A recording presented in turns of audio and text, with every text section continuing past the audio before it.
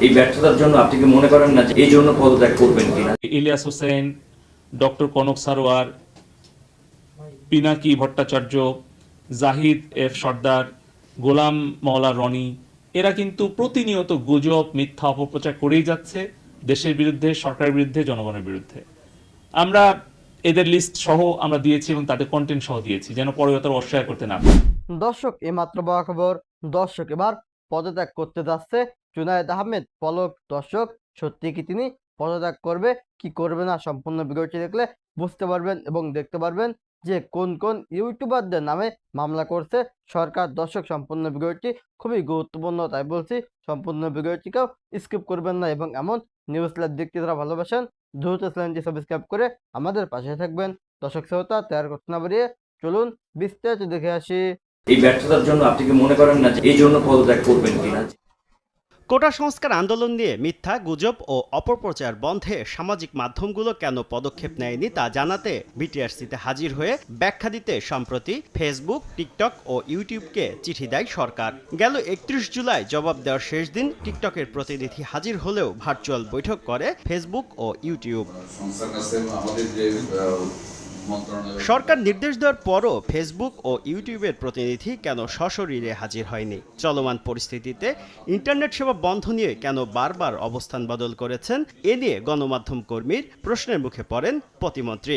জানতে চাওয়া হয় ব্যর্থতার দায় নিয়ে পদত্যাগ করবেন কিনা। এই ব্যর্থতার জন্য আপনি কি মনে করেন না যে এই জন্য পদত্যাগ করবেন কিনা? অবশ্য বিষয়টি এড়িয়ে যান জুনায়েদ আহমেদ পলক। তারা ভার্চুয়াল মিটিংয়ে এসে সেটার ব্যাখ্যা এবং জবাব দিয়েছে, তার জন্য দুঃখ প্রকাশ করেছে এবং আগামী দিনে তারা আমাদের দেশের সংবিধান সেটা মেনে চলবে বলে একটা আশ্বাস দিয়েছে।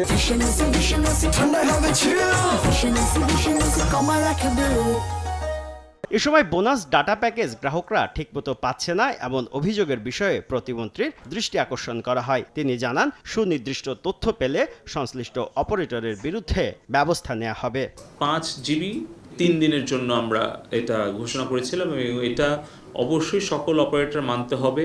যদি কেউ না মানে এবং এই ধরনের কোনো অভিযোগ আমরা পাই, অবশ্যই তাদের বিরুদ্ধে আমরা ব্যবস্থা নেব। এ সময় কোটা সংস্কার আন্দোলনে চলমান সহিংসতায় এ পর্যন্ত অবকাঠামো ও ব্যবসা বাণিজ্য মিলে প্রায় 18,000 কোটি টাকার ক্ষতি হয়েছে বলে জানান পলক।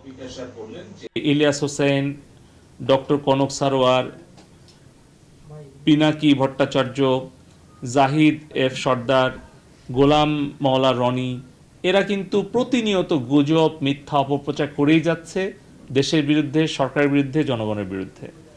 আমরা এদের লিস্ট সহ আমরা দিয়েছি এবং তাদের কন্টেন্ট সহ দিয়েছি, যেন পরে তারা অস্বীকার করতে না পারে। তারা বলেছে যে এটা আগামী দিন আরো সহযোগিতা করবে, কিন্তু কিছু ব্যক্তির ব্যাপারে যখন হয় তখন সেই বিষয়টা তারা বলছে যে ওই ব্যক্তির সামগ্রিক কর্মকাণ্ডের একটা মানে ভ্যালুয়েশন তারা করে, ইভালুয়েশন করে।